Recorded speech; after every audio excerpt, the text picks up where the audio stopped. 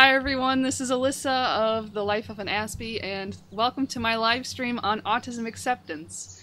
So if you don't already know, this stream is one of many from the Autistic Gaming Initiative, and our goal for that is to raise money for the Autism Women's Network and the Autistic Self-Advocacy Network. So if you're watching this on YouTube, there are some links in the description below, so check that out and share the charities and donate to them if you can. So, as you probably already know, it's Autism Awareness Month, but I call it Autism Acceptance Month because we already have a lot of awareness. You know, it's like, hey, look at that autistic person over there. Alright, moving on. You know, it's like people know about autism. And I'm getting a call. Hold on.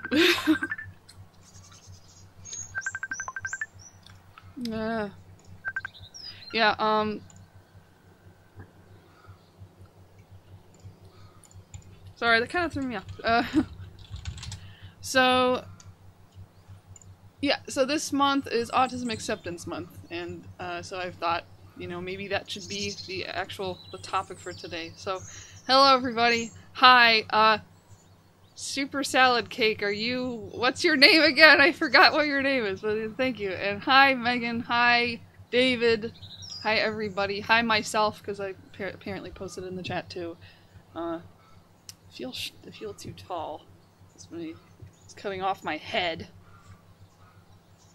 Sorry, distractions. So, I have bird sounds too for relaxation purposes. Yes, Vincent. Yes, I remember now. Okay. So I need to quickly send out a social media post saying that I'm streaming right now. I completely forgot to do that. I usually do that beforehand and I schedule it. So I have pretty much no outline or anything. Usually I have a couple notes. Where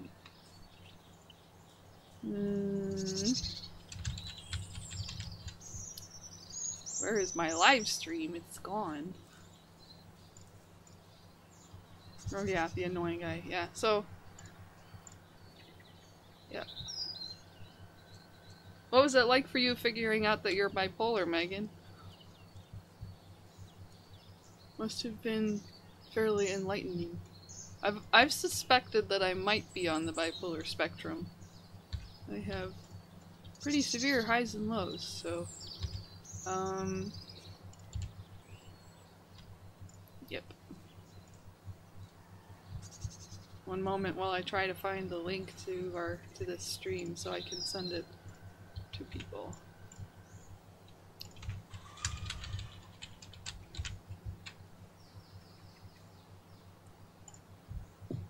I had to spit out my gum. Okay. Post on a page. Say that I'm live.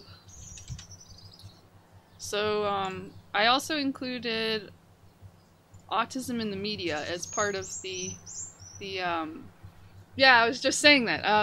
I also included autism in the media because I think the two kind of go hand in hand, especially around Autism Awareness Month. We get a lot of different portrayals of autism.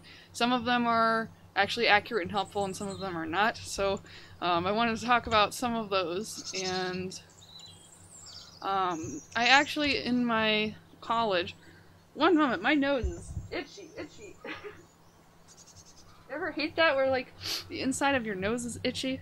For me, it's so distracting. Oh no, I forgot the lid to my teapot. My tea's gonna get cold. This is a disaster! I'll be right back!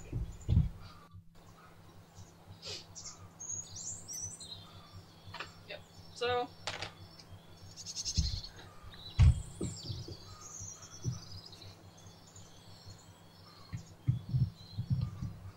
Oh no!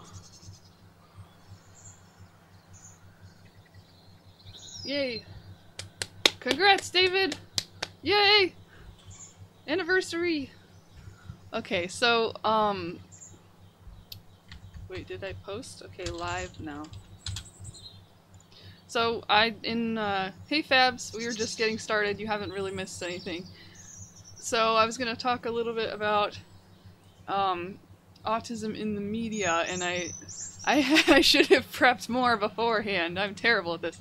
I actually have, I did a presentation on autism in the media, particularly in movies, and yeah, mostly movies, because my major is film, well, technically it's media creation and production, but it's also technically filmmaking.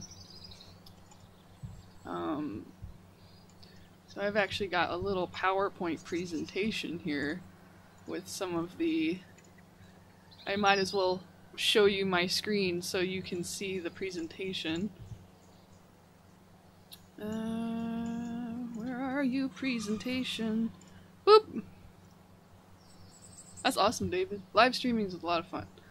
Alright, so I have to try to, I have to make sure I can still see the chat here on the side. Gosh darn it! But yeah, I mean, I can't really show the whole thing without blocking the chat, so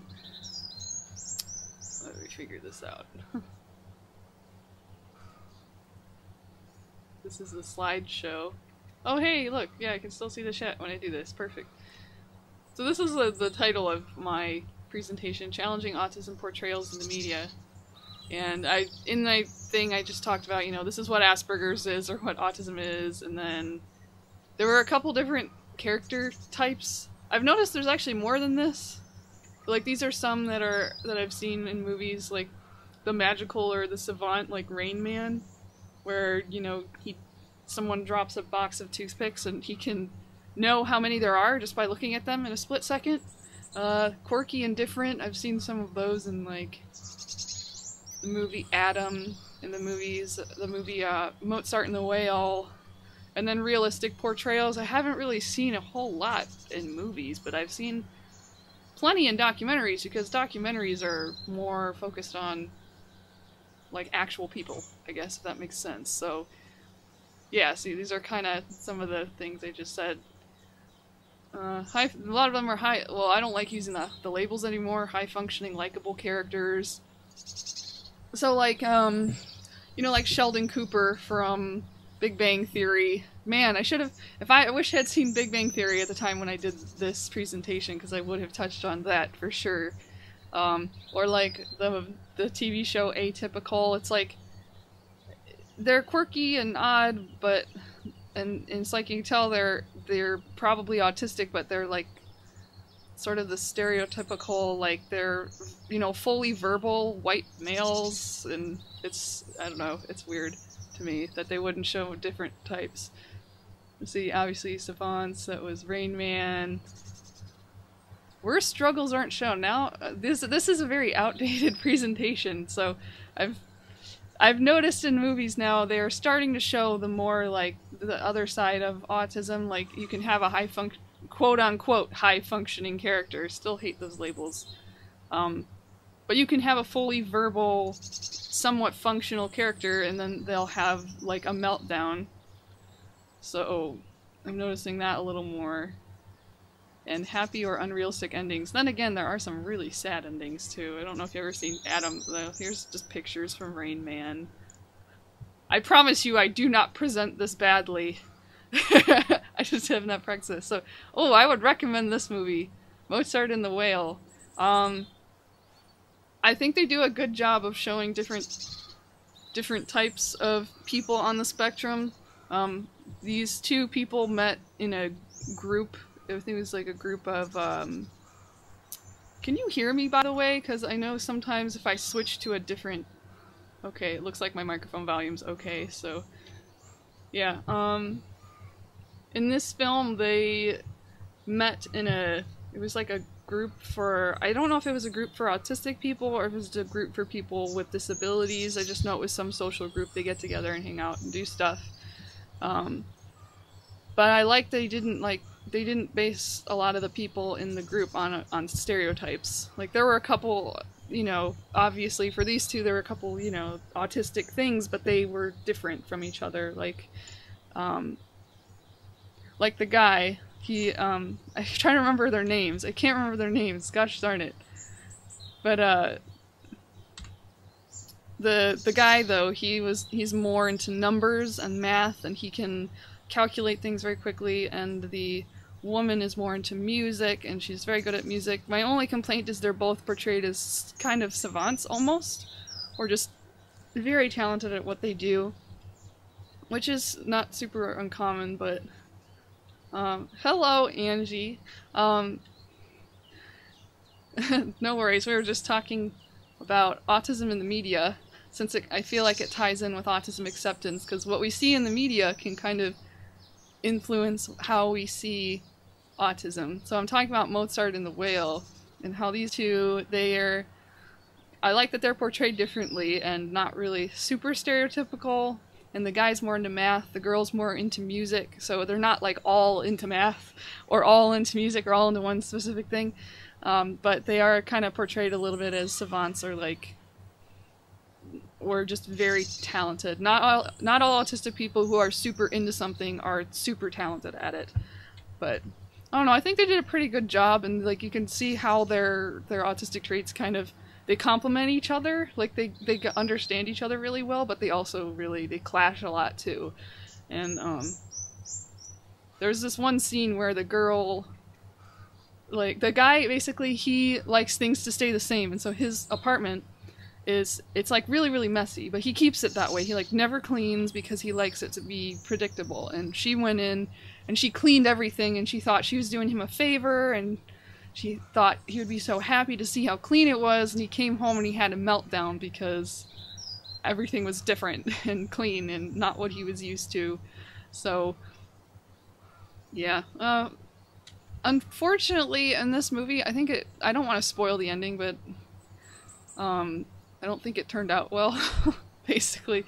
And so I think, I really want to see a film where there's a relationship between two people on the spectrum and they actually are successful and get along and don't break up in the end or anything like that, because there are a lot of relationships that actually are successful, and like any relationship, it's like, it's not like the autism is what's gonna break you up. It's usually just clashing personalities or clashing problems and not really being able to or willing to work through things. So yeah, that's awesome, David. See, there you go. There's an example there. David and his girlfriend are both on the autism spectrum.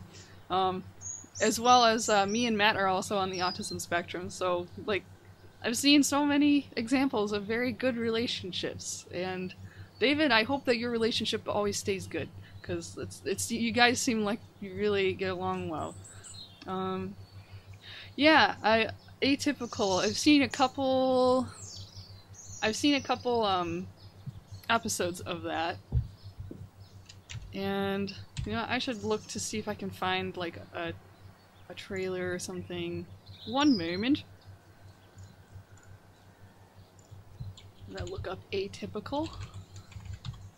Or at least look at pictures, because I don't want to like just rant about it and not have anything to look at. So that's kind of weird.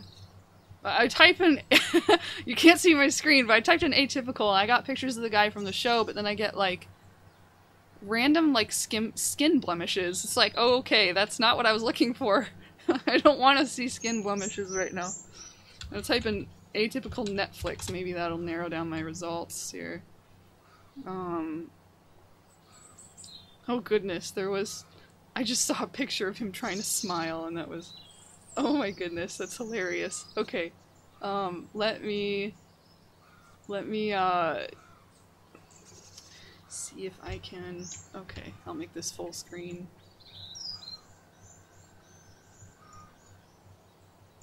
There we go. Yeah, that is kind of ironic. I've seen only a couple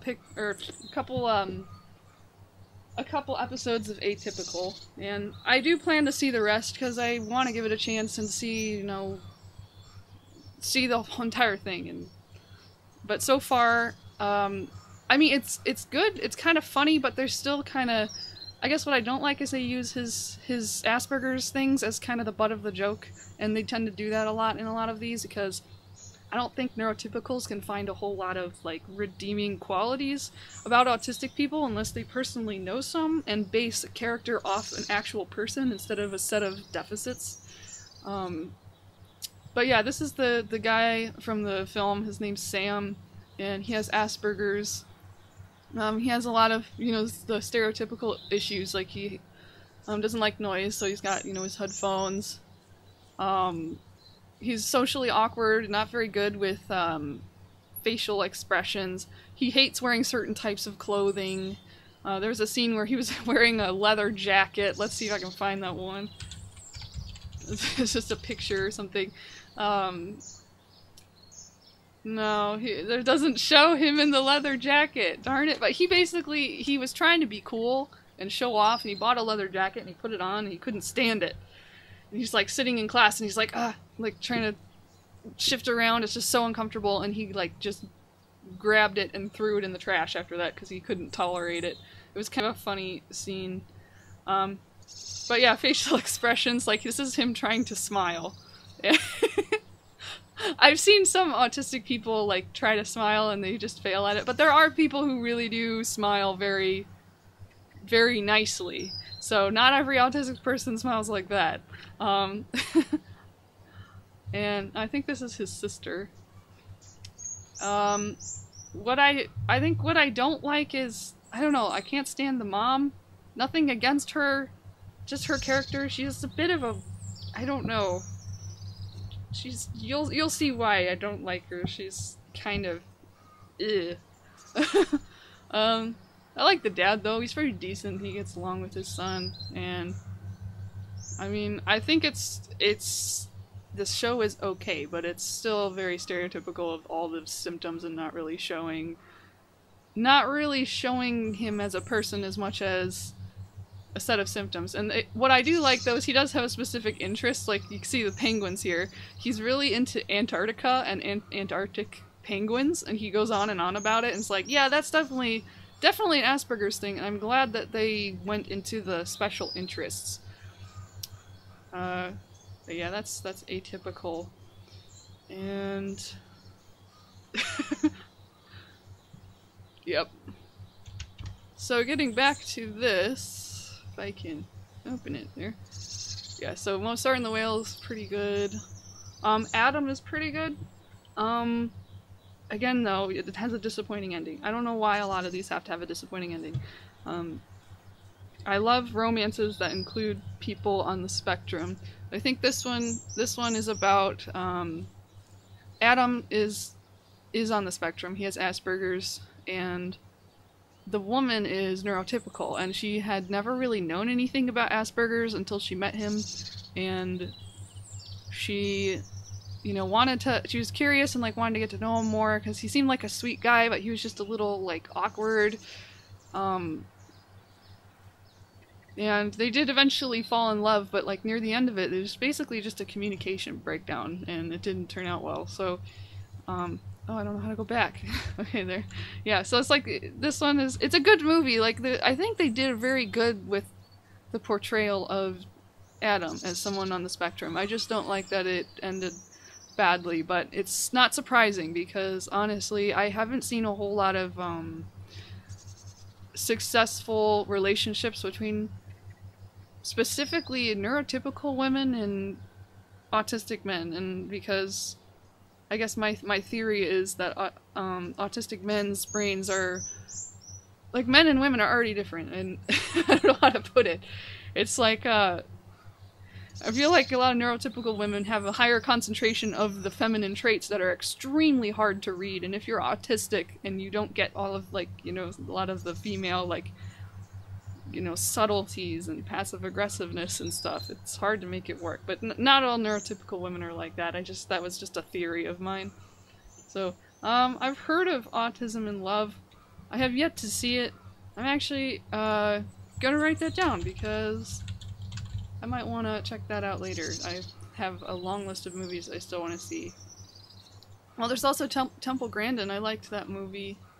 I didn't see anything off about it, honestly, because it was about one specific real person, Temple Grandin, and she was actually involved in the making of the film, and even though the actress Claire Danes was neurotypical, at least I think she is, I don't know much about Claire Danes, Temple Grandin was involved in making sure that her portrayal was as accurate as possible, and I think it was very well done because of that.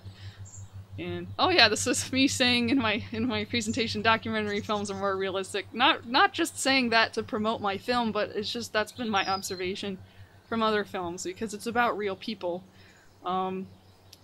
Yeah, Temple Grandin's in a documentary. I would highly recommend this one. The Woman Who Thinks Like a Cow.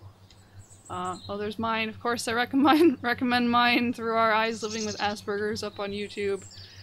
There were a couple other videos that I recommend. Carly's Cafe, that's a video kind of about sensory overloads. That's a very specific thing. And Carly is an actual autistic person, and her dad helped her write a book about her autism. This other really, really good video, this like, to me it was almost kind of earth-shattering. There's this video called In My Language. It's by a girl named Amanda Baggs, and she is a non-verbal autistic person, and she talks about how, you know, the way that she communicates with the world is often not seen as language because it is so different from a specific set of ideas, like a specific set of actions that we define as true language, and so it's really profound. And then this other channel, it's Kim Oakley or KG account. This fellow James, I don't like the high functioning, low functioning labels, but most people would look at him and say he's low functioning because he has a lot of issues, and I think he probably has a lot of comorbid problems and health problems and things because it's very hard for him to function in general. But his mom records, like, you know, just some everyday stuff and like how she helps him, and, you know, taking him to his therapy and to you know, to see horses and things like that. And she's captured good moments, like, you know, when he smiles or when he looks like he's feeling okay and enjoying the little things that he enjoys. And I don't know, I like it. The only thing I'm not really entirely sure of is, like, you know, the ethics is like, should she be recording him? I don't know. Does he know he's being recorded? Nowadays I think about that a lot more. Yeah, so a couple things I came to the conclusion for this presentation that I did. Based on my research, I think that media and consumers should rely on individual accounts from autistic people.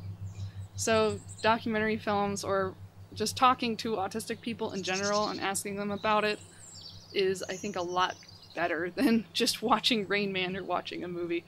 I think that media creators should involve autistics more in the production process. So, like with what they did with Temple Grandin. So Temple Grandin is a great example of when I think they did it right. And I think consumers should turn to documentaries and YouTube videos with actual accounts from autistics for a more realistic example. Or just talking to autistic people, like I've said. And this is the boring part. I don't know if you really want to look into any of these, but these are my works cited. Really, I think I only cited 2 different articles. The rest were all movies. But yeah, sorry if that was boring. Yeah, but that's hi, I'm back. That's just all the info that I wanted to share on autism in the media. And if you guys have any additional comments or questions, please let me know. I mean, I'm sure you've probably seen some films that I haven't seen, or documentaries or things that you would recommend. I'd like to know what you've seen out there that you think is good for, like, real autism awareness and autism acceptance, and not false portrayals or stereotypes. Those are kind of hard to find, I think.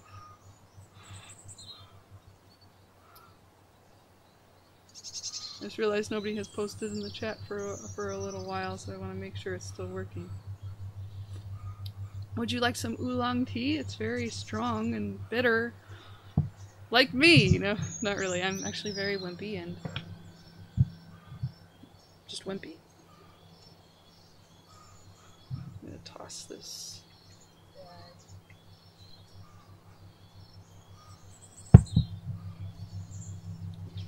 I'm trying to think if there's anything else I've seen since I've done that, presentation. I mean, I've seen some of Atypical. I want to see more of it to get a better idea of it. Frankly, though, so far it's kind of cringy, I guess. Hold on, I just received a message saying there's a delay.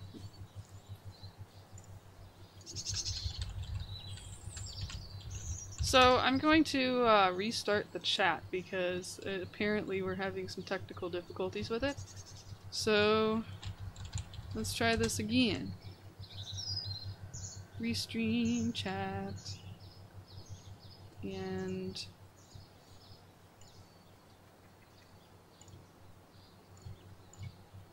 alrighty. Alright, if you see my message, please respond, somebody, because I want to make sure that this is actually working. Because y'all went quiet, and I thought maybe there was a technical error, because usually you guys are pretty talkative, so. Unless all of a sudden you're like, she's talking crap. I'm not gonna join this anymore. There you are! There you are! Hello! Yay! It works. Who's sweet? I don't know what we're talking about. You know what's sweet? This gummy bear. Do you want a gummy bear? Here, eat the gummy bear. Wait, let me see if I can get it in focus. Gummy bear. Gummy bear! No, it's so blurry. It doesn't work. I think the other messages did get lost. The last ones that I saw was... I don't know what I said. I don't know what the last message was, so I don't know. Oh, you know what else is sweet? Fruity Pebbles. I shouldn't be eating sugar, but I got these for free, so... It's so tasty. I love Fruity Pebbles, but I should not eat them anymore. I'm trying to stay away from sugar. Okay, thank you very much, Angie. You were very helpful. So... I think what I had asked, though, was if you guys have any recommendations for media, like movies and things with decent portrayals of autistic people. Oh, and I have a Chewy. I don't know if I showed you this. I took the necklace off of it because I wanted to use the necklace for this stone that Matt gave me, and... He actually chipped it off a like several million-year-old or billion-year-old boulder and like polished it. It's really cool.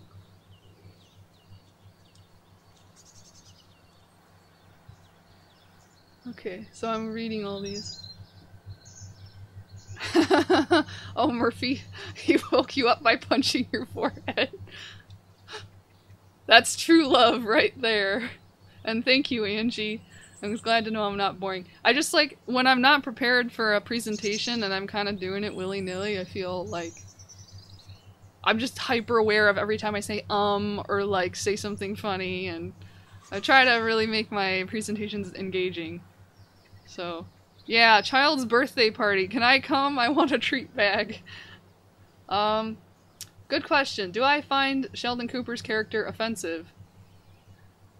Well, here's the thing. I'm someone who I can laugh at myself. So, like, I guess it's almost similar to how do I put this? Like, how sometimes black people are the ones making black jokes or laughing at black jokes because they, at least some of them, I mean, some of them do really take offense, but, like, a lot of them can laugh at themselves. And, like, for me, I guess it's similar. It's like, if my Asperger's symptoms or autistic symptoms or whatever, autisticness is the butt of the joke, I don't really mind it as much, but I think the reason why a lot of people find Sheldon Cooper's character offensive is because his weirdness is, you know, the butt of the joke, and he is, but also that he seems like a stereotypical person with Asperger's. And there are a couple other things in there, like he seems unfeeling, and I don't know.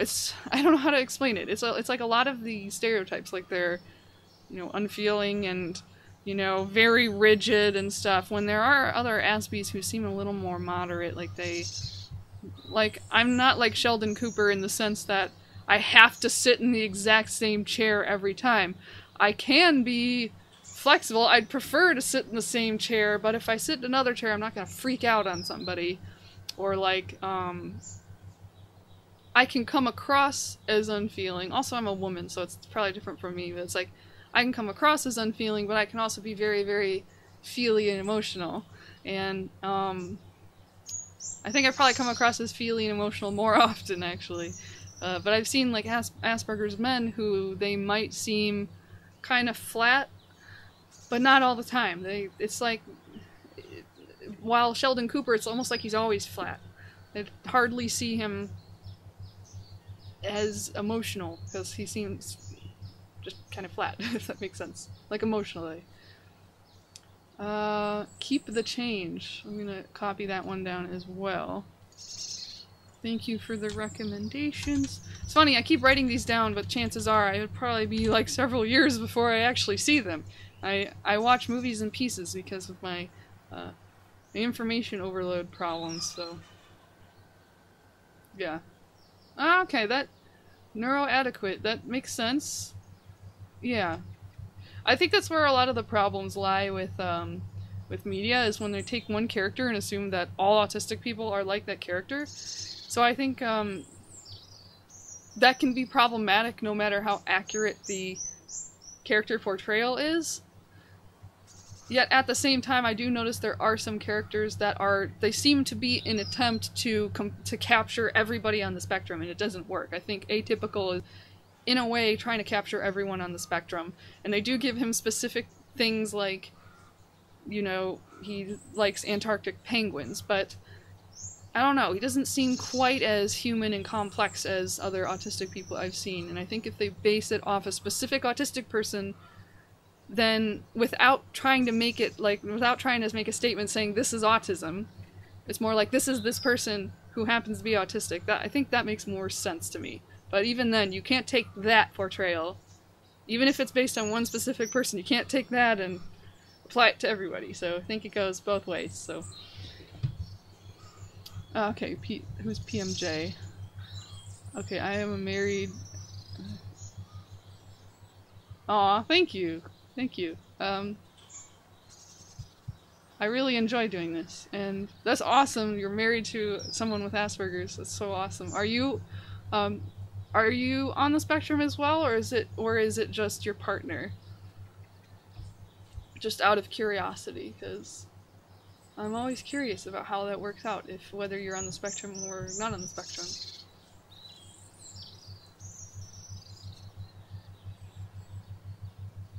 Oh yeah, that is true. I haven't seen enough Big Bang Theory, I think, to really see how he's changed over time. Yeah. And yeah, good point. Yeah, Big Bang Theory is a sitcom and it is exaggerated. So, yeah, David, you said your girlfriend was on CNN? I would like to ask more about that later. That's kind of cool. Yeah, it wouldn't be much trouble at all if I shared the list of movies. Again though, these, like, you know, make of it what you will. I don't know if you would consider any of the portrayals offensive or not. I think for the most part, just the movies themselves are good, the characters themselves are good. I think I just don't like that a lot of them don't end well. So let me fetch a list, or write down a list here. There was Rain Man, and I'll post it in the chat too. Mozart and the Whale. I have a couple others that I'd also recommend. I haven't seen them, but I'm going to add those to the list because I hear they're good.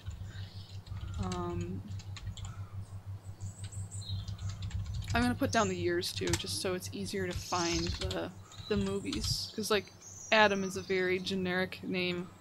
It could be any movie, so Wow, Rain Man was 1988. So old, that was before I was born. Okay. Oops, caps lock.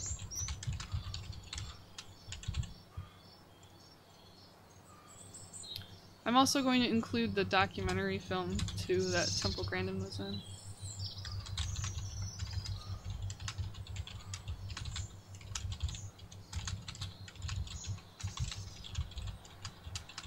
I'm sorry to answer your message, David. I haven't seen The Good Doctor. I don't know much about it, but I will write that down to check it out.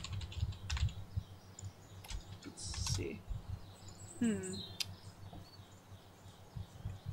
Should I write down those videos as well near the end? You know what? I'll just make a Grandmaster list. Because I think these will be helpful. That way you can pass them on to other people, you can post some of these videos. It's still technically Autism Acceptance Month, so you can throw these around and be like, hey, here's some really good movies about autistic people. Well, some of them. Well, movies or videos, because I'm including these videos here.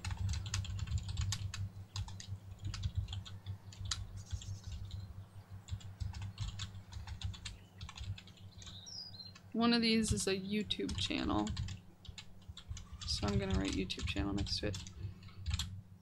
And then I'm gonna put down, these are the ones that I mentioned in my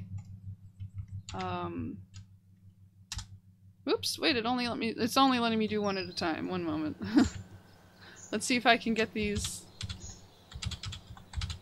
I think it'll let me do it if I have it all in like a paragraph. Here we go. Maybe this will work. Let's try it again. These are all the movies and videos that I mentioned in my presentation. And there are a couple more I would like to recommend. At least there's one more, I think, but I'm trying to think of others. I know there are more.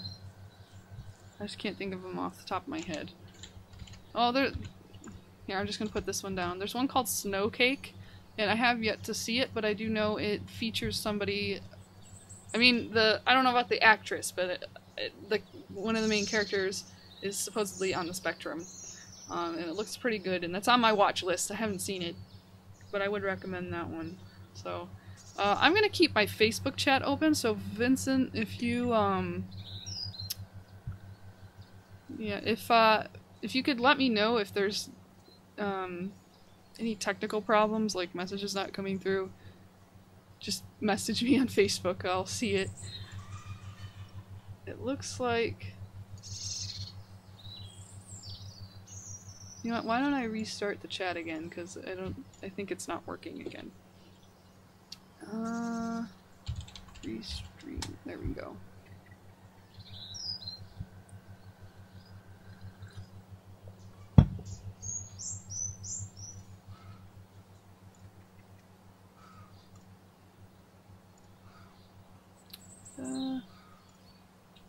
There we go. Mel bags, okay. I didn't know that. I'm gonna write that down so I remember that. Cool. I haven't really been keeping up with Amanda Bags because I haven't seen... Because I don't think she posts often on her YouTube channel, and I don't know where else she has any social media, so... This is strange. I think that the restream chat is freaking out. I think I'm going to try... Okay. Let me try something really quick.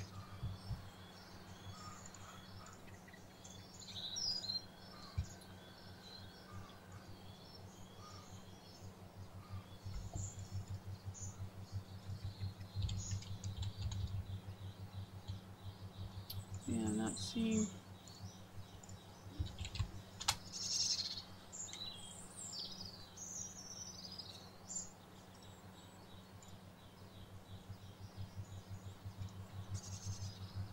I'm reconnecting to see if it works. Reconnect.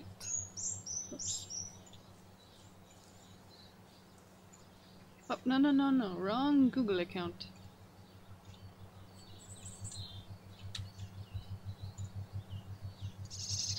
Alrighty. It should work now. Oh, okay. There we go.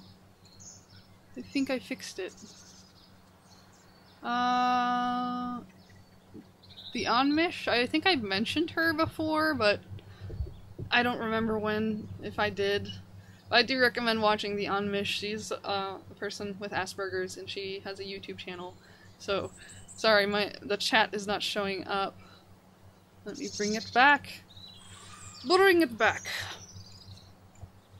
So just another reminder, this stream is for the Autistic Gaming Initiative. So if you haven't already checked out Autism Women's Network and the Autistic Self-Advocacy Network, sorry, my words aren't coming to me easily. There's links in the description, so check out those charities. They're really awesome, and share them and spread them around. So I was wanting to mention this. Oh, more chat messages. Oh yeah, the Onmish does seem pretty shy. So, I wanted to mention this. I meant to mention it so much earlier, and I apologize that I didn't, but my friend Steph Diorio she's the leader of the Autistic Gaming Initiative. She's going to be presenting at an event, I think it's called the, where is it? I think it's Targeting Autism or something was the name of the organization or something. But she's going to be talking about autism in libraries, and the deadline for registering has passed, but I thought I might as well mention it just because I meant to mention it earlier. But her presentation her panel will be up on YouTube afterwards. So I will post that afterwards, and I am sorry, Steph, that I didn't mention this earlier. Even Targeting Autism, yeah, you're right. I meant to mention it earlier, it's just, I put it off because I didn't know all the details yet, and by the time I figured out the details, not even I had been able to meet the deadline, so I don't know if I'll be able to go, but I messaged them anyway to see if I can go, so yeah, so there's, Steph is in the chat there, so say hi to Steph. Yeah, it's gonna be May 17th and well, I think her panel's on the 17th, but she's gonna be there 17th and 18th. So, yeah. And, yeah, I play bird sounds. It relaxes me, but I also think that it's a nice background sound for when I'm streaming as well. If it bothers anybody, though, I can turn it off. I don't particularly need it, but, I hope you find it relaxing. Let me know if not. So yes. Yes, I'm very proud of Steph for what she's doing, and you're awesome, and I'm so excited. I'm especially excited that you're going to be in Illinois, because it means that I can finally meet you, and it's going to be kind of awesome. I wish I could, I'm hoping that I can actually get into the event. Oh yeah, Julia the Autistic Muppet on Sesame Street. I have seen some videos, and I guess I don't know what to make of it quite yet, because I haven't seen it recently. I don't remember much from it. I'm actually going to write that down to check that out later. I would like to know what you think of Julia the Autistic Muppet. I mean, I'm glad that Sesame Street was integrating that, though. I think it's very good. What? Did you donate $2? What was that for? I don't know whether to say thank you or not because I don't know what that did. But thank you, I guess. Yeah. Oh, what did Angie say?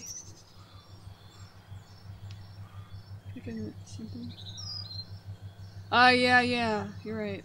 Angie says, because of those movies and stereotypes, people around me today are thinking that I'm saying this because I want to be special or something, and it's really annoying. Yeah, I agree. It's tough. It's like, I mean, how do I put this? It's like, the idea of being special is nice, certainly, and I feel like, you know, it can make one feel better about the fact that they're autistic if they feel special. And I think when autism and Asperger's has, you know, before it was more widely, you know, accepted, I guess, when there was a lot more stigma around it, the idea that you're special, it's like, okay, this is actually better than me saying I have autism and people immediately assume it's some horrible problem or horrible disease that I have. And I think the problem that I've noticed, especially with people with Asperger's, because this was my diagnosis too, is like, I'm not saying all people with Asperger's are like this, that's not true, but you can have Aspie supremacy and think that, oh, you know, I'm high functioning, I don't have autism, I don't associate with autism. It's like, I'm not autistic, I have Asperger's, and because I'm just a little quirky and I'm really smart and stuff, and I think it's just they don't want to admit that they're just neurodivergent and they have some deficits and they have some strengths, and it's not any lesser or greater than someone with, you know, quote-unquote classic autism, or the autism that people think of that, again, hate the whole low-functioning labels and stuff, but like the ones that, the stereotype that everyone has in their heads, I think, people with Asperger's, I think some people with Asperger's don't want to associate with it. I personally, I don't mind, because I love autistic people, and I really truly believe that all autistic people, even if they're nonverbal or not super functional on their own, I mean, I think they're just as great, just as smart as us, and we shouldn't treat them like they have some kind of a disorder. So, I mean, beyond, you know, kicking the butts of anyone who tries to pick on them and things like that. So, I'm reading all. Hi, Dr. Nichols. I just went on a long rant and I completely missed most of what you were saying. So, oh, I'm unemployed too. You know, here, unemployed hug. Just give me a hug. Neuroadequate. Okay, sorry. Unless you don't like hugging, then we'll just kind of do some, like, weird, like, zap thing from my brain to yours that's just, like, says, I understand. But thank you. I think Steph and the Autistic Game Initiative is really awesome, and I would like to actually game for it at some point. I just haven't been gaming because of my mental health problems, and it's hard to enjoy anything but talking for the longest time, so yeah. Okay, so you think Julia's character is well done, but could have introduced her when they were doing a better job at the show. Oh yeah, Angie. Yeah, so you were diagnosed at 36 then. Yeah. And I hear it's usually a relief, so that's, like, especially later in life, because then you know all that you've been through isn't your fault. So I'm really glad that you got the diagnosis. So, yeah. Autism, Asperger's, anxiety, suicidal tendencies. Just for anybody who doesn't know this, I have suicide ideation, so I can relate on that. I don't, it's more from my OCD though. It's not like, I'm not ever really in any danger, it's just sort of a fear kind of thing. So, if any of you have had suicidal thoughts or anything like that, like, I feel ya, I really do. Like, I know what it's like. It's awful. So, yeah, male characters with Asperger's syndrome instead of females. Good question. I know, like the movie Adam, it's like, it's a white male, and then, I mean, same for Mozart and the Whale, it had a male and a female. But they're getting a little better. Like, they're trying to put more diversity in there. There's, I think, more female characters here and there on the spectrum, but the large majority of it, they're all male, and I do think they need more females. They need more people of other races, because it's not just white people that are autistic, or, let's see. I'm reading everybody's things. Okay, yeah, Jane wants a boyfriend. I remember, I'm gonna write that one down too. That was another movie I wanted to see.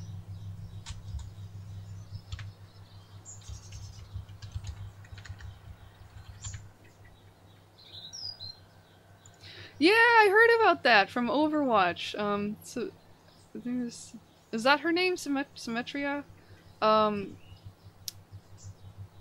figured that out because I think I read an article about it, or no, a friend of mine who I think plays Overwatch figured it out, and she knew that I'm on the spectrum. So she sent me it, and she's like, "Hey, did you know this character from Overwatch is on the spectrum?" And I'm like, "No, that's super cool. Thanks for sending me that." And then I ended up actually, I have a different friend who plays Overwatch, and so I'm like, "Hey, can I come over to your house and play Overwatch so I can just try out this one character?"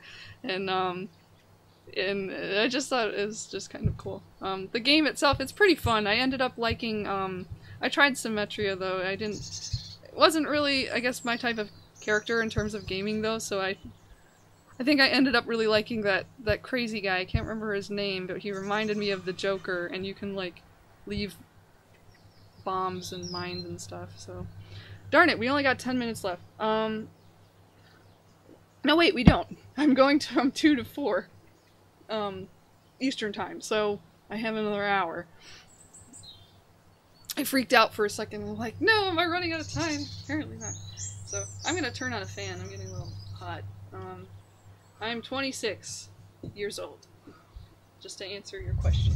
But yeah, I'm gonna turn a fan on, and I think I'm going to use the restroom as well, and I'm going to put on this lovely little screen for you to watch, so I'll be right back.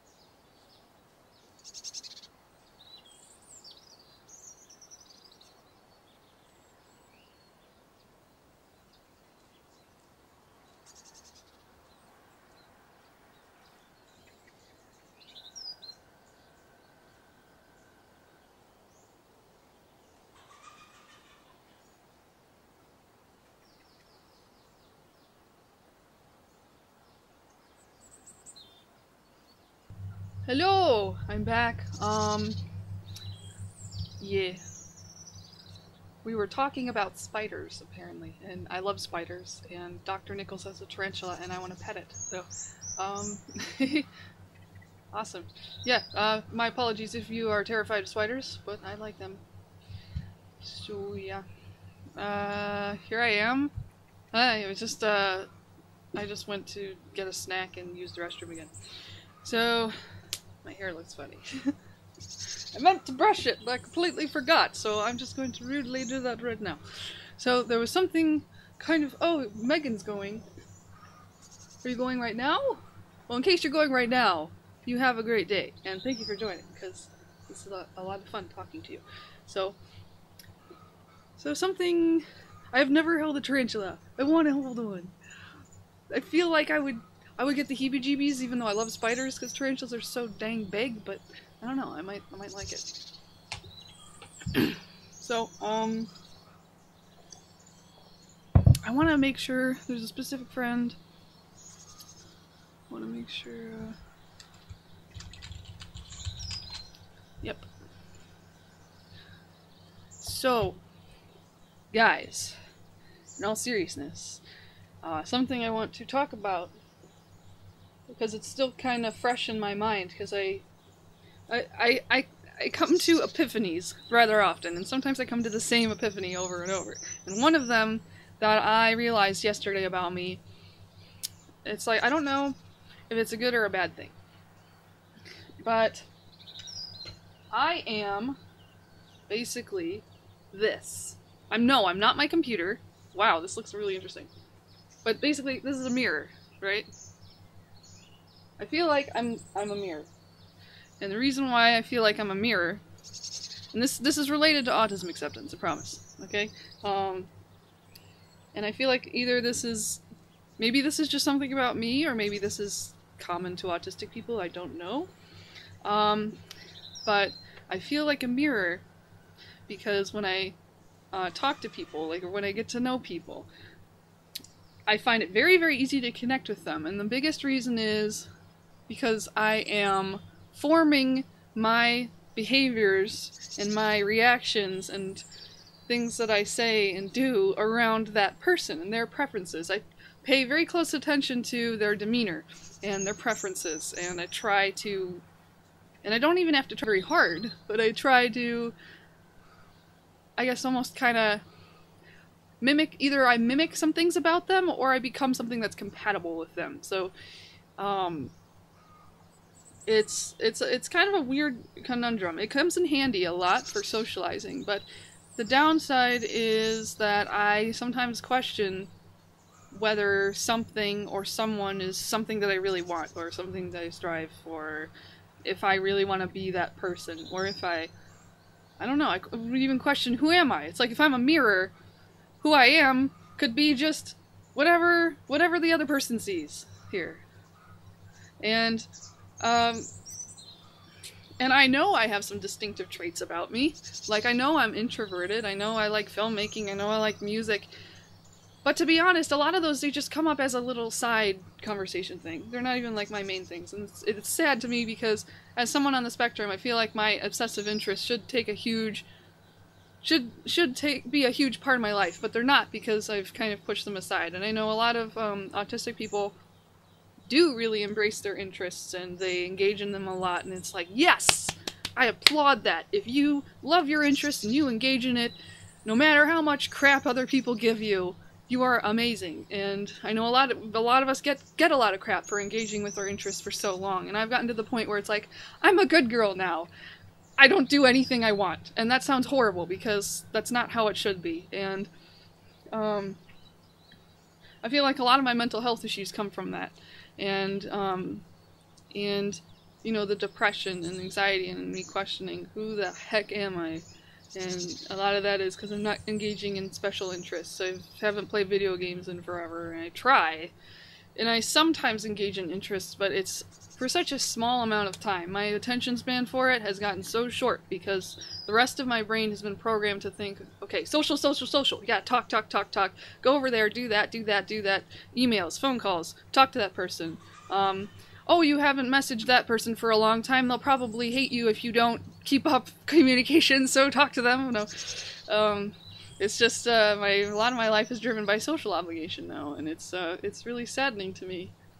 And, yes, and neuroadequate, you make a very good point that the copying thing is very common for autistic women, and, I've noticed men in general and autistic men seem to, I don't know how to put it, it's like they kind of seem to do their own thing a lot more, which is a good thing. I think a lot of it's because they don't naturally pick up on as much of the social stuff. So like they might have a harder time with the social stuff, but they can go and, you know, play video games all day and do all the things that they like to do. And I sometimes am jealous. It's like you can act autistic because, you know, you haven't learned how to do the social camouflaging. And I can imagine why, because it's like, you know, it's like, if I struggled socially, it's like, well, forget it. You know, if I can't read people, I might as well go play video games. But now it's like, oh, I can read people, and I want to be accepted. So I gotta pick one, and I've chosen socializing, and I really am sometimes regretting that. But it does kind of help my confidence, I guess, I think, to be social, but it does bite me in the butt a whole lot. So yeah.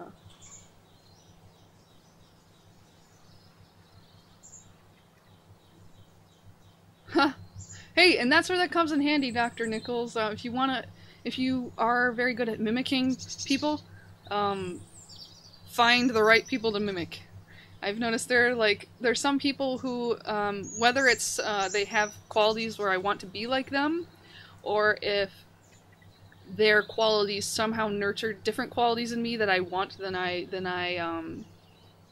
might mimic that a little bit. But yeah, you're right. You can only be your own badass. So, yeah, I think your name was Jeff, right? J. Hills.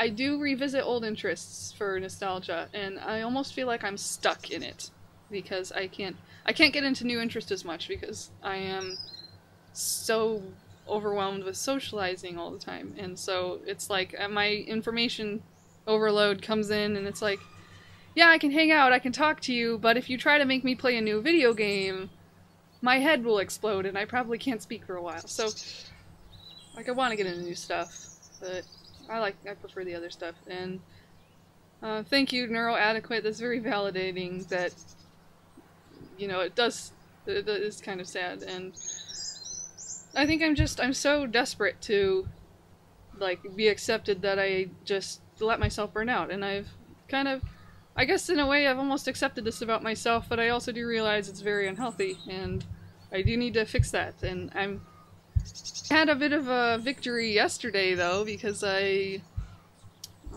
it yesterday or the day before? I don't remember. I remember I was talking to a friend, and I realized I don't actually want to be talking to this friend right now, because I was doing something else. Usually I have my phone in my pocket, and I'm messaging people on Facebook. And so I was, what was I doing? I was potting some baby mint plants, because I like to plant my own, or grow and plant more plants. And so I was doing that, and I'm like chatting at the same time, and I'm like, I kind of don't want to just focus on potting these plants. And my socializing habit has gotten so bad that I cannot be doing something else without talking to someone at the same time. And I'm like, I don't want to. So I told that person, you know what, I need a break. I'm gonna go take a break and wrap up what I'm doing, and then I'll talk to you later. That lasted maybe 15 minutes, and then I had to get back to talking, because I just feel, that's what I feel compelled to do now. Okay, now I turned my fan off because I was getting too cold, and now I gotta turn it back on because it's too hot again. So yeah. One thing that I'm really, really, really happy about, though, is like what I just did, because I have a lot of sensory stuff, and I've probably said that. Like, if I'm too hot or too cold, even just a little bit, I can't focus.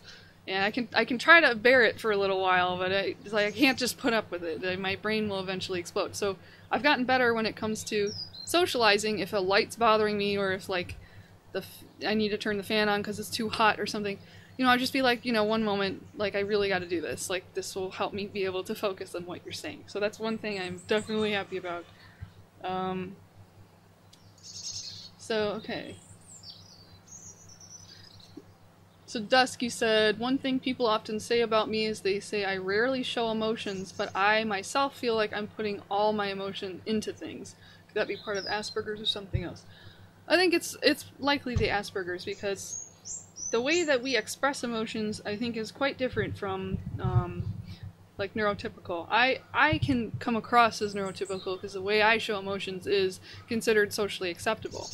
So, just because you're not showing emotions in the specific way that they expect you to doesn't mean that you're not putting emotion into things, if that makes sense. So, like, they might not really see it. But that does seem like an Asperger's thing, and that's, I think, where the misconception that we don't have empathy comes from, because we don't show empathy in the same way. When the truth is, like, we can be very emotional, we can be very empathetic. So, yeah, so I think it's just they aren't quite understanding the way that you express emotions.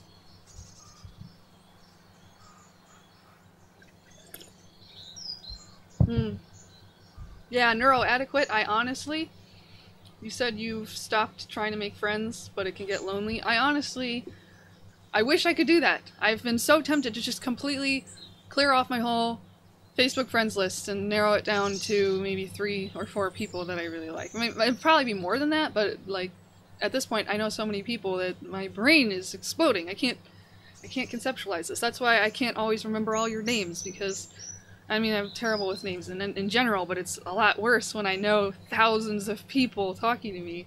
It's like, doesn't mean I don't love you, it's just I can't remember you.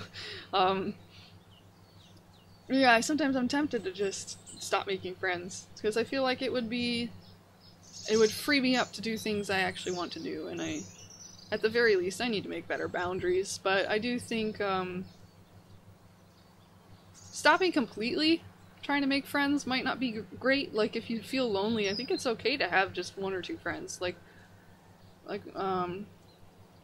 Matt has, like, I have tons of friends, while Matt, my fiance, he has, like, 1 really good friend, and that's all he needs, and that's fine. Like, I'm not gonna tell him to go out and make more friends or anything, unless he really wanted to.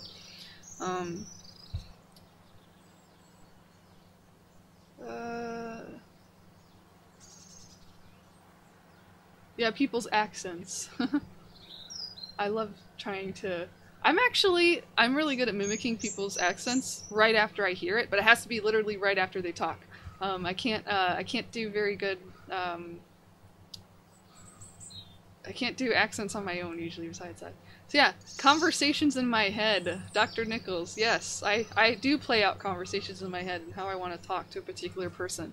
And sometimes it's no one in particular. A lot of times, I think because I've done so much public speaking, I do speeches to myself, like, in my head, of, like, what I'd want to say and how I'd want to say it. And there's so many things that I say in my head that I would love to convey to the world, but then once I've said it, once I've played it out in my head, it's gone. So, sometimes it works, sometimes it doesn't, but it does help in conversations when it comes to specific people as well. So, yeah, bubbly. Are you not naturally bubbly, neuroadequate? Wow. You still came off as stiff. I think maybe, I wonder if it's because you were trying too hard to be chatty and bubbly, because I think people can sense it when you're trying to be something that you're not.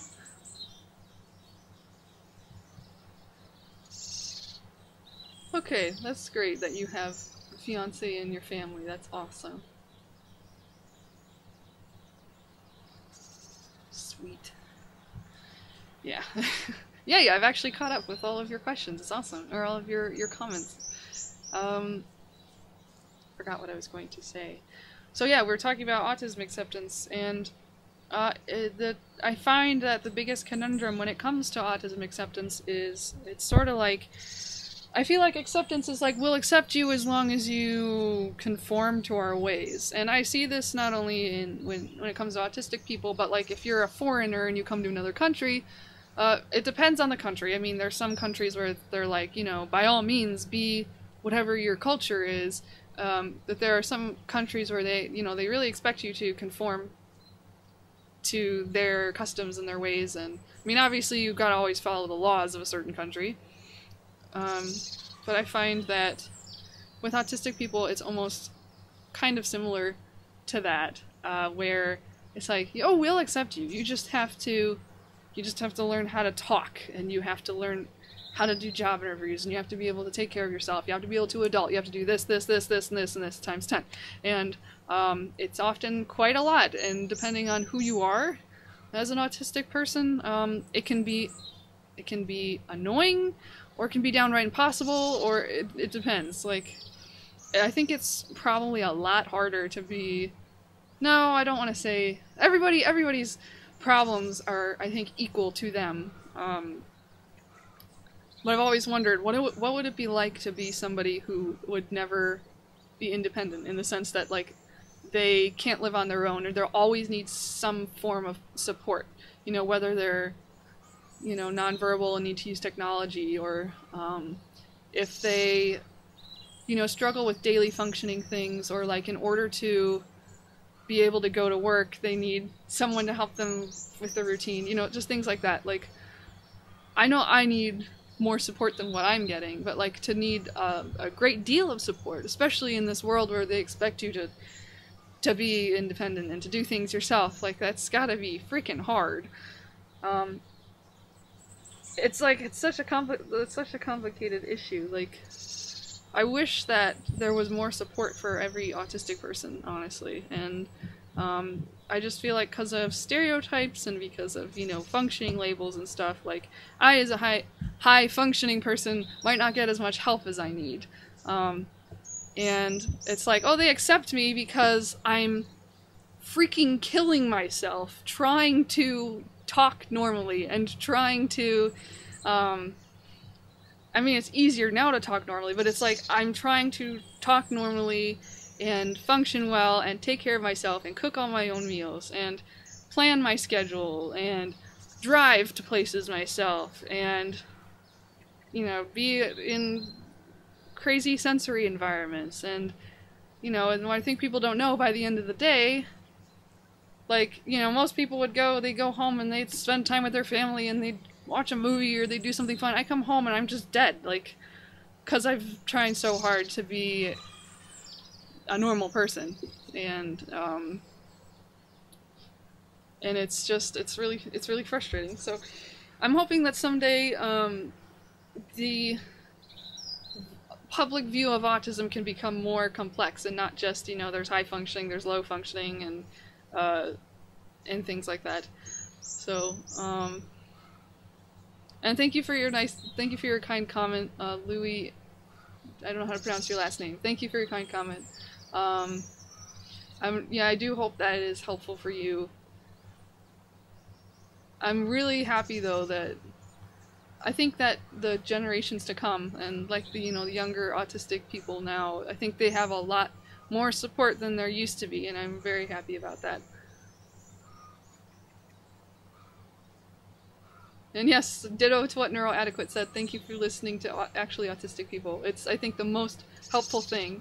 There's so many documentaries and movies out there that are on people on the or about people on the spectrum, but they're made by non-autistic people, which I find to be kind of troubling in some ways. It's like, I can kind of see why, I guess, like, because they don't really know how to work with autistic people, but it's like, if you're gonna portray us, you gotta learn, you gotta include us in it, because you can't I don't know how to put that, like, I think at some point it's like a neurotypical person portraying I almost don't want to use the word neurotypical anymore. It's starting to become, I think, more of a derogatory term. So, like, it's like, when I think of a non-autistic or a non-autistic person trying to portray an autistic person in a movie, for example, I feel at some point it's going to become as offensive as blackface, which is, basically a white person putting on black paint portraying a black person. And now it's sort of kind of I think it's in between acceptable and kind of sketchy at this point. But yeah. Oh wow, so many messages. Okay. Yeah, there's actually a website called Wrong Planet, Dr. Nichols, but yeah, I said that exact same thing in my documentary. I feel like I've been born on the wrong planet, or I'm from a different planet. So.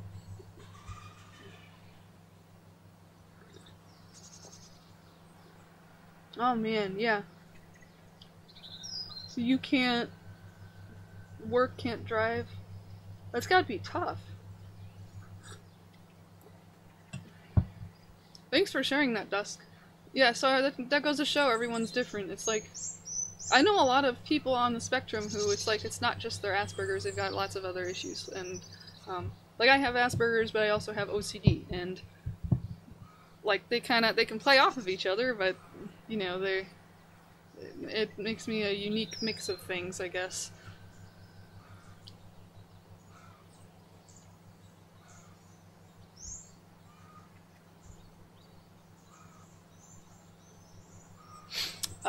Very good question, Jeff. That some people say that the neurodiversity movement is an insult to people on the severe end of the spectrum. I have a problem with that because I don't know how to put it. Like, obviously there are autistic people who have more severe issues, right? But I don't feel like, I don't know, the whole spectrum thing, like, I feel with the functioning labels, the high functioning, low functioning, or the severe, or the mild, or any of that, like, I might seem like I have mild autism or mild Asperger's, if you believe me. I mean, I probably look like a normal person because I've become very good at it. But I have moments where I have severe problems.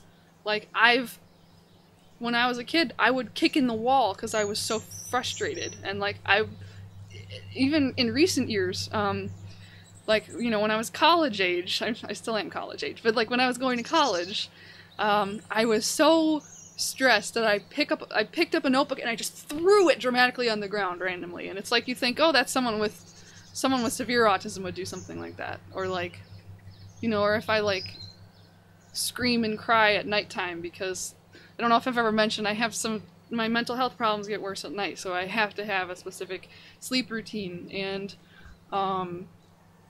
you know, and I could probably seem very, very low functioning during those times. So I have a problem with people saying, you know, someone's severely affected or mildly affected, because I think it just really depends on that person, and you can't really categorize them like that. But, sorry, that was kind of a little rabbit trail, but the neurodiversity movement, honestly, I don't think it should be an insult to people on the severe end of the spectrum, because the basic definition of the neurodiversity movement is it is saying that human brains are all very different. It's like, whether you've got, you know, Asperger's, autism, ADHD, OCD, these are just natural parts of the human condition.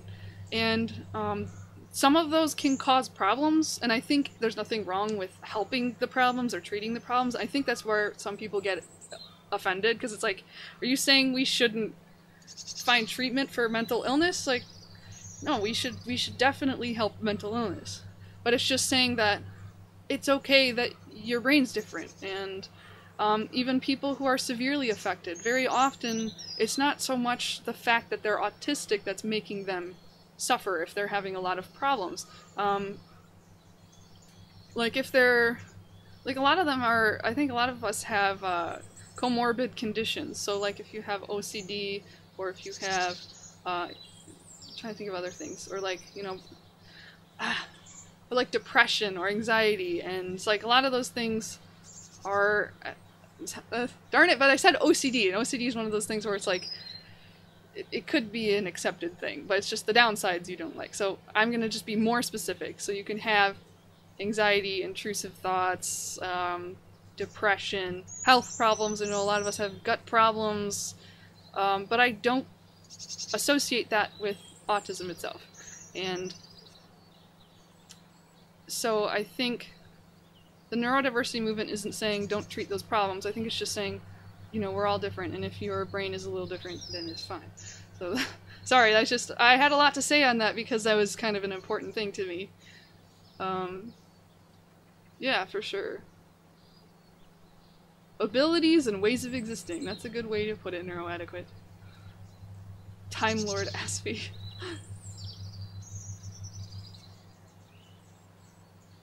Yeah. Oh, who's Amy? I'm gonna look that person up later.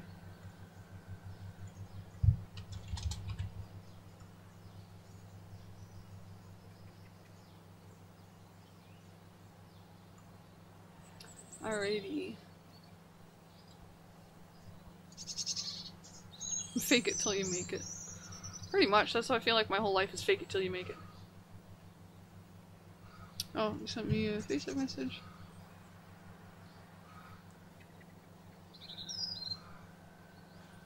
Sorry, Vincent sent me a question, or a comment here on Facebook. He said, so media, by media here, do you mean media in, like, where you live right now? I think you said were you in France? I'm trying to remember. But you said that they're considering that every single dude with autism is either a sociopath or a retarded kid with a special skill. Yeah, in France, okay. Yeah, that sounds very problematic. Quite problematic. I mean, that sounds like very much like this more stigmatized, or more negative stereotypes that in America we're starting to move past. And, I mean, I would definitely share some of the more positive and realistic portrayals with people over there in France, because especially if there's, you know, if it's people you know personally and you want them to not assume that you are a sociopath or a retarded kid with a special skill, like, you know, and apologies if my use of the word retarded is offensive. I don't really use it for insulting. I use it for what it's actually supposed to be intended for, which is basically that IQ determination that says that you are mentally retarded and need help with things and stuff. But I don't really like the word in general.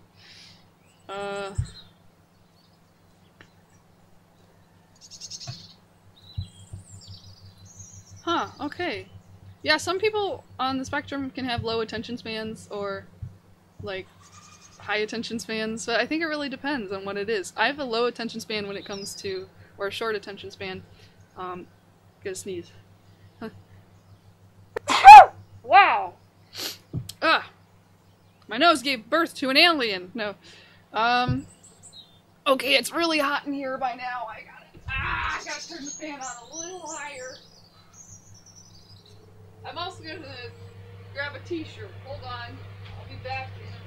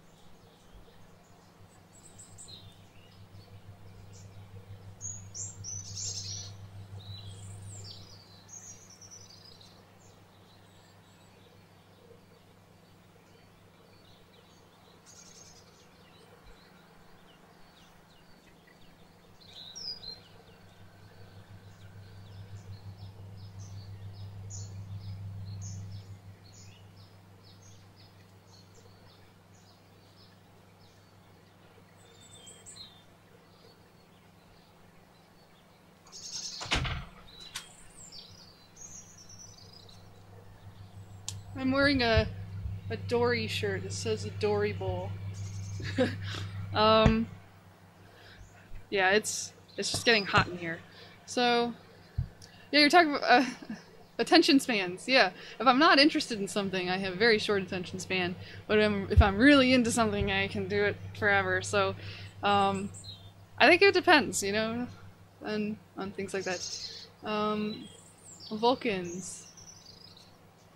Yeah, I've heard Aspies being compared to Vulcans a lot because it is very similar with extreme emotions, but like very good control. So it's like we come across as kind of logical or unempathetic when we're really not. So, okay. Very good point. Neuroadequate. That a lot of people with severe autism have epilepsy, and you say you think it's better to treat epilepsy, and it would help a lot of people be happier, healthier autistic people. I definitely agree. I see there seems to be a higher, how do I put it? It's like it depends on who you are. You know, it's like kind of, I think, hit or miss whether or not you get epilepsy, and if you do, I think it tends to be a lot of the people that you'd think are, you know, lower functioning, and when you think about it, maybe they're lower functioning because of the epilepsy. So, Our Landing Crew YouTube channel, I'm going to copy that down too. I have a lot of things to look up, so write down YouTube channels here. Alrighty. Oh, and Vincent, thank you very much for sending my documentary along to people over there in France. So I hope that helps give a more accurate view of Asperger's and autism. So. What shall we do with the drunken sailor? Sorry, I like that song. I made a pirate movie and I was obsessed with pirates, and I sang that song all the time. Put him in the longboat till he's sober. Put him in the longboat till he's sober. Put him in the longboat till he's sober. Early in the morning. Okay. Awesome. Thank you for joining, Neuroadequate. Sorry, you probably disappeared by now because I've been away from the camera for a bit. But have a great day. Let's see. Yeah. Awesome. That's awesome, Dusk, that you're into streaming. It's like kind of nerve-wracking, I think, at first, because it's like, you're live, you could say anything that'll completely ruin your reputation, whether you have one or not. And I kind of had the same experience from YouTube, and honestly, it helps me socially a lot. Like, I'm getting practice talking to people and being social and knowing what to say. And I love... This sounds kind of terrible, but I love the fact that I can't hear or see you guys. And it's not because I don't want to, it's because for me to process all of that information is too much, and it's hard for me to think of something, to think of a good answer that would be beneficial. And let's see. Yeah, we were actually talking about Atypical on Netflix. I think they get some things right, and I like that they gave Sam a special interest in Antarctic penguins. It was kind of nice. But I guess I have a problem with Atypical so far, just because it's kind of it's almost like you're trying to take all of the... It's like they took all of the Asperger's deficits and tried to stuff it into one person, and I feel like it's just not as individual as it should be. I mean, it is funny. It's just not really my thing personally. It's like I would watch it if I want to laugh at myself, pretty much. So, oh, sorry you get panic attacks, Doc Nichols. I feel ya. Yeah, is that med that you mentioned that you just got on? I'm hoping that helps you. I get mostly nighttime panic attacks, and I've not really been able to treat them in any other way except for, like, herbs. So, like, I use valerian root, because since it does happen at night and I need to be sleeping at night, valerian root just kind of knocks me out, and so I won't have as many panic attacks, which is nice. So, Young Sheldon. Wait, is that a thing? Is that a thing? Now I want to watch it. It's funny, I say that I'm not a huge fan of Sheldon Cooper trying to represent, you know, all autistic people, but I do love Big Bang Theory and Sheldon. He's just a crazy person. What is Travelers? I'm just gonna have to copy everything that you guys are sending me, and then I'm gonna have a lot of homework. Thank you for all the homework! It's gonna take me years to get through all of this. No, not really. Try to think, what else is important when it comes to autism acceptance? Free hugs for autistic people! No, that's terrible, because a lot of us don't like to be touched, so, I love hugs, I really do. So, you can hug me if you ever saw me. Just don't, like, drool on my shoulder, or, like, smell me or anything like that. That would be really creepy. I don't know. Unless I like you. I like creepiness if I like you. So. That sounds adorable. 9-year-old Sheldon. That's funny. So, oh, I was talking about this mirror thing. So, like, this thing would apply probably to autistic women. Hey, look, you can see my desk. There's my camera right there, and I got the EST player up there. I have a PS3. I have a lamp. I have notebooks. I have a cat thing, and I have Teen Titans toys, and it's a candle, I think. Sorry, I'm ADHD here. Oh, I should probably show you some of my Stim toys in a minute. But yeah, I was gonna say this mirroring thing. It can apply to a lot of autistic people, but especially women. How we try to copy things, copy people, like behaviors to fit in. And another I guess example is like, imagine with each new person I am like this piece of paper. I have nothing, and I can use some of my core traits to kind of think of what to say and to talk at first, but I have to learn more about them, and as I learn more about them I start mirroring them, and over time all the things from the mirror get put on this piece of paper. And even after, well after I have known this person, I might retain some of their traits. But then usually as time passes, a lot of those kind of fall off. And just, you know, with every person, it's like there's new things being added to me. And I wonder if this is just the way that humans are naturally. I think we naturally pick up on each other's traits and our quirks and things like that. Like if I'm around my friend, Katie, she has this kind of interesting laugh thing that she does. It's kind of like a nervous laugh at the end of a sentence, and when I'm around her, I tend to pick up on that, and I do a nervous laugh at the end of a sentence, and I think that's just a natural thing that we do, but it's just, to me, I feel almost like it's extreme, because, like, I feel like my core traits are so far away from all the acts that I'm putting on, and it takes me a while to really get in touch with who I am again. Yeah, mentally prepare for hugs.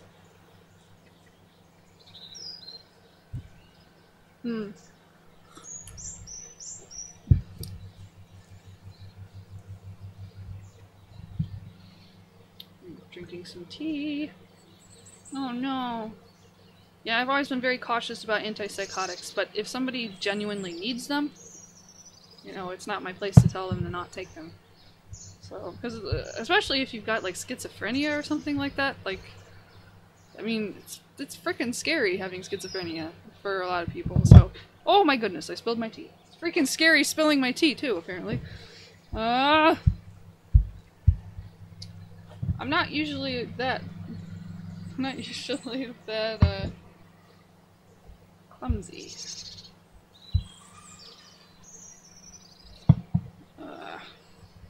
Here we go. Yeah, that's a good point, Angie. It could be that we notice it more, and it kind of messes with my head, because I'm like, and when I think about it too much, it's like, that's creepy. It's like, who are we? Who am I? Who are you? Like, maybe you're the compilation of a bunch of other people's traits. Where did all the traits come from in the first place? I don't know. Maybe there's a magic personality trait tree. or quirk tree, where you pick quirk fruit and you get a free quirk, and then you pass it on to the next person. So, Oh, that's so funny, Dusk. That sounds like you and I have the same goal, except I do it in a different way. I don't try to make a fool of myself. I just I try to make people feel listened to, and I try again to be the mirror. There's a good thing about this, and what's good about it is how do I put this? I try to reflect back the good things about that person. And I don't necessarily have to act like them. It's just like, I will observe that someone, for instance, is a very polite person. And so I will reflect on that and I will say, you're a very polite person. I think that's awesome. So I try to make people happy by doing that. So yes, I would love to build a snowman. What do you want to build a snowman? Okay. Sure, why not? I haven't actually built a snowman in years, so I think it would be fun. I would probably make it look like an alien or something. So, oh, Stim toys. One thing for me that has been a part of my own personal accepting myself thing, I guess, autism acceptance. Because I think a big part of it is like we should be able to accept ourselves.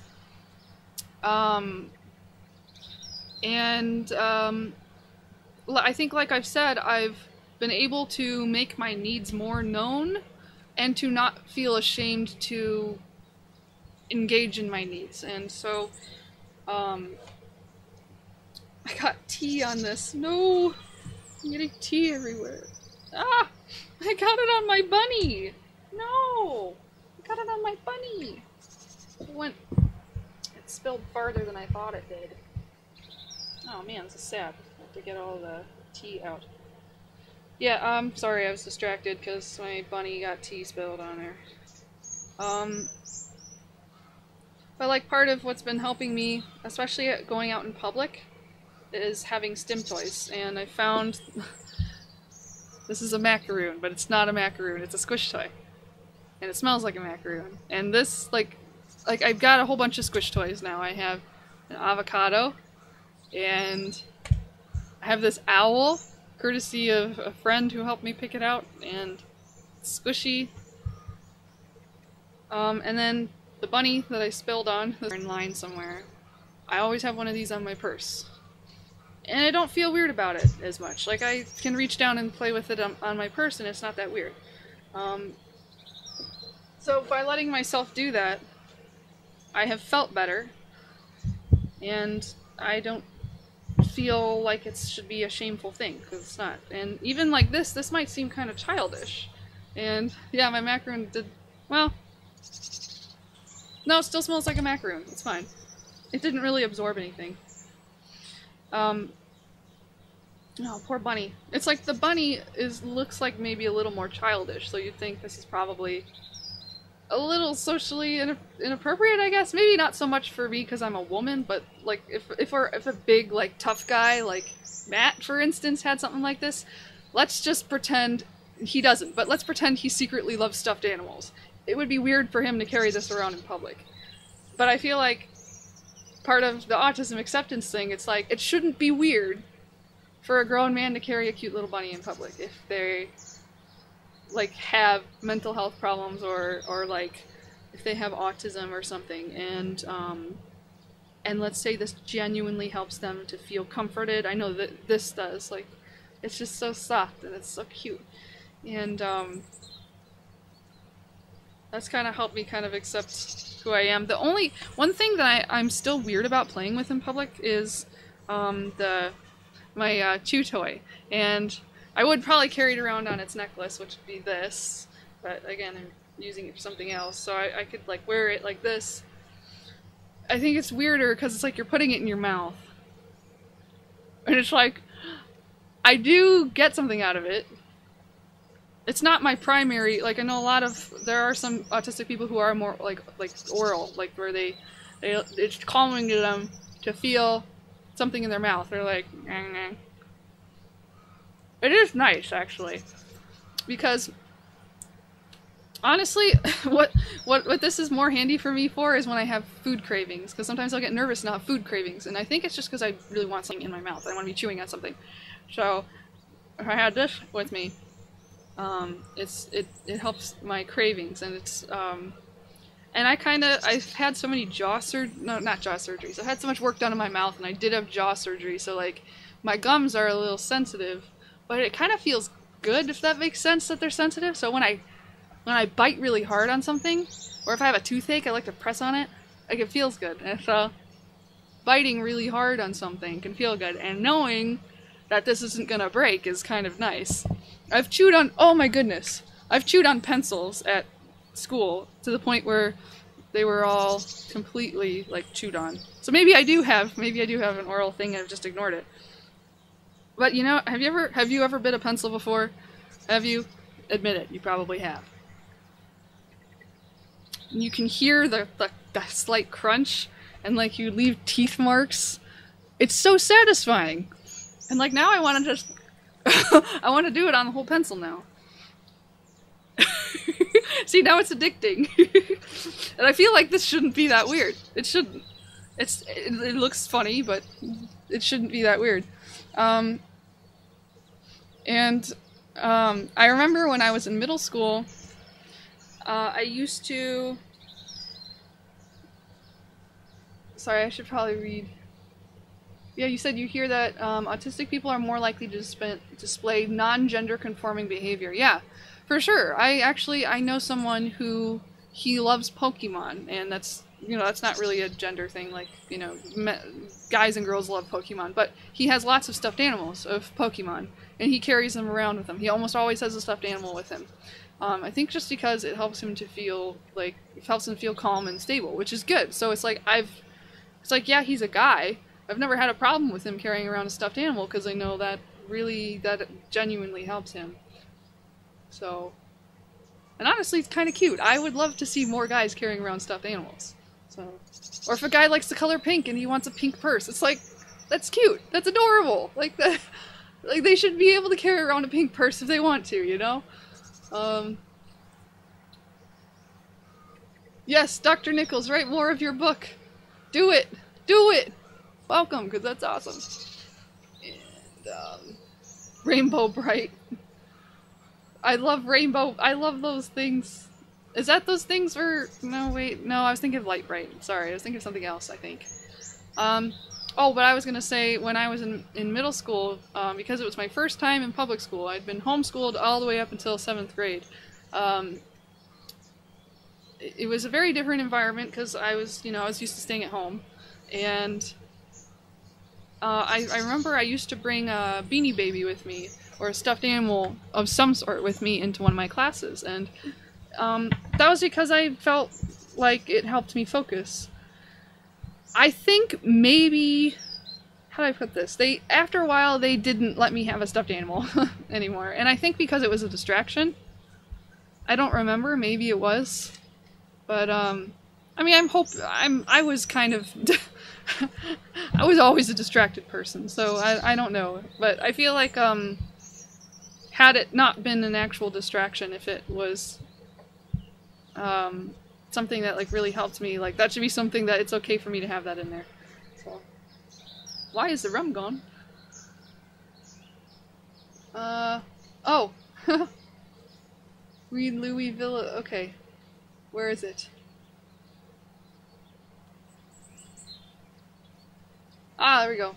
3 chew toy necklaces and wears noise-canceling headphones when he walks to school. He loves to wave to the buses with the noise bothers him. Oh, cool. Yay.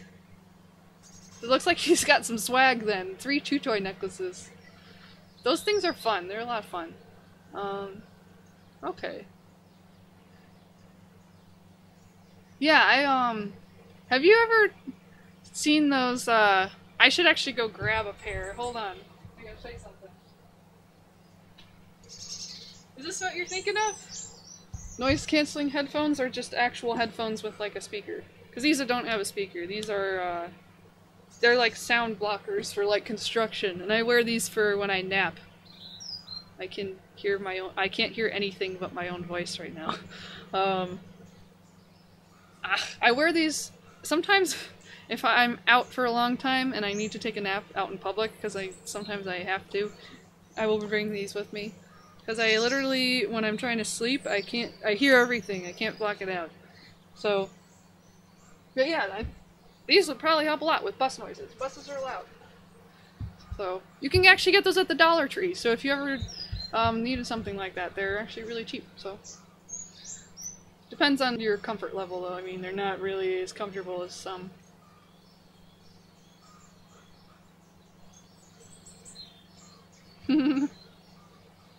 Oh, I'm sorry school wasn't fun for you. Yeah.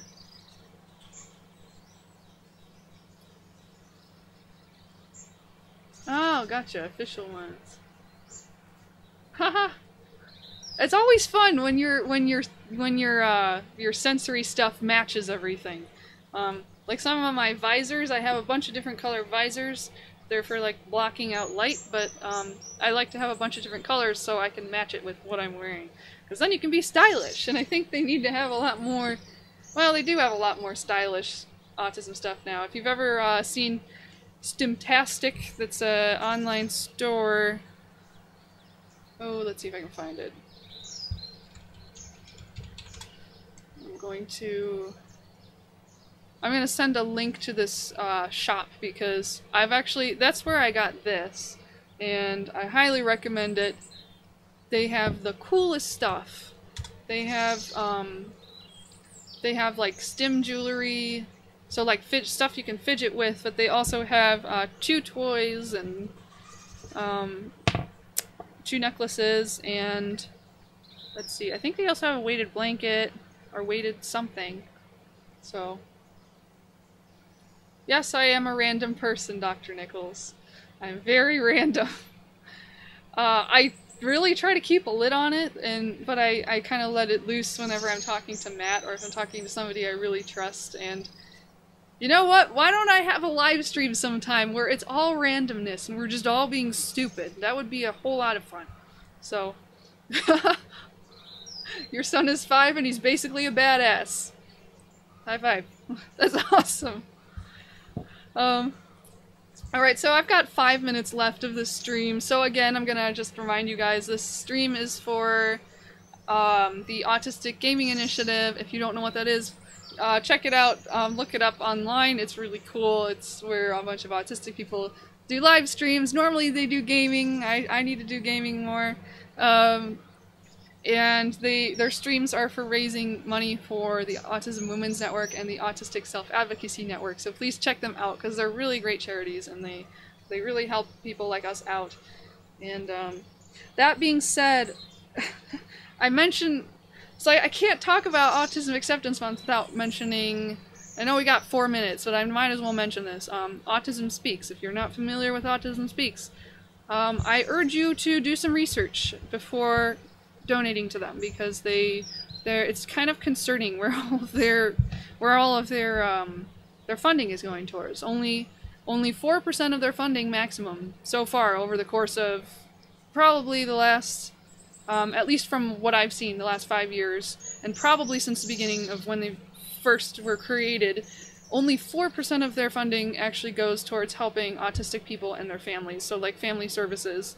The rest is all for autism research to try to find a cure or some genetic factor in autism, which I think at this point it's like, we're already here, you know, like we need funding for actual things, like we need funding for therapies, like good therapies, like actually helpful therapies, and we need funding for things like scholarships, so we need a lot more out there. And there's Autism Speaks is mostly, it's just the research and the advertising campaigns, a lot of which are very negative and stigmatizing, or have been. They're getting slightly better, not by much. Trying to think of what else their money goes towards, but I just know that it's not very much for people like us. And you're welcome, Angie. Thank you for being here, because I wouldn't be doing these streams if it wasn't for people like you. Fathering Autism, yes, I'm glad you mentioned Fathering Autism. Because a lot of autistic parents get a lot of flack, because especially from the autism community, because a lot of the autism, I could tell, they it's basically a family blog, video blog, and they do videos about their daughter Abigail, and they seem very accepting of her and how she is. They let her stim, they let her be herself, they help her with daily things, like they help her try to function, but it's like it's always done in a way that so far I agree with, and they're very gentle with her, and so I recommend checking them out because it's a good channel. And blood protein tests. I don't know if you can you detect autism in blood? I don't know. Or unless maybe that's the whole genetic thing, I don't know. But yeah, I would recommend checking out,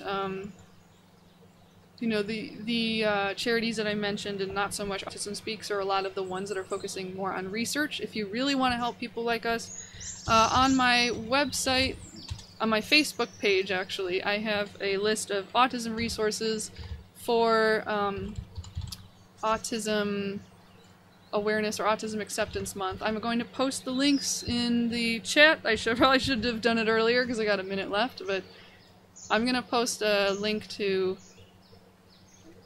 let's see, notes.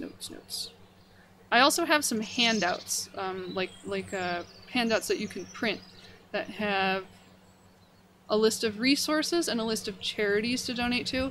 So this is the... Yeah, I noticed they won the Shorty Awards, so wanted to keep them maybe for next Autism Awareness Month or Autism Acceptance Month. They would be super handy to have, so let's see if I actually have them here. Oh, here we go. Let me share this page with you guys. Sorry, I have to move the chat for a moment so I can copy this link. So, alright, here's the Autism Resources handout, and then I'm going to send you an Autism Charities handout as well. Charities and organizations. This also has information on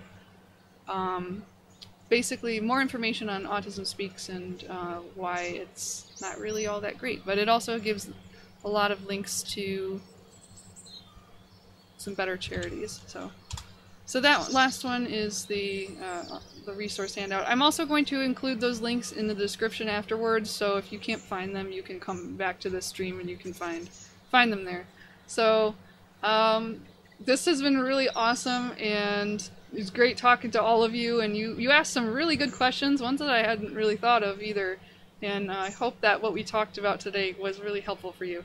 So yeah, go check out the next people in line for the Autistic Gaming Initiative. Check them out on Facebook. They have a schedule, and you know, try to support us, because we're going to try to make a big change in the world, make everything better for autistic people. I will be back on hopefully next month. I don't know. Life is crazy right now, but I will keep you all updated, and I will let you know. So you have a good evening or morning or night, whatever time it is in the world.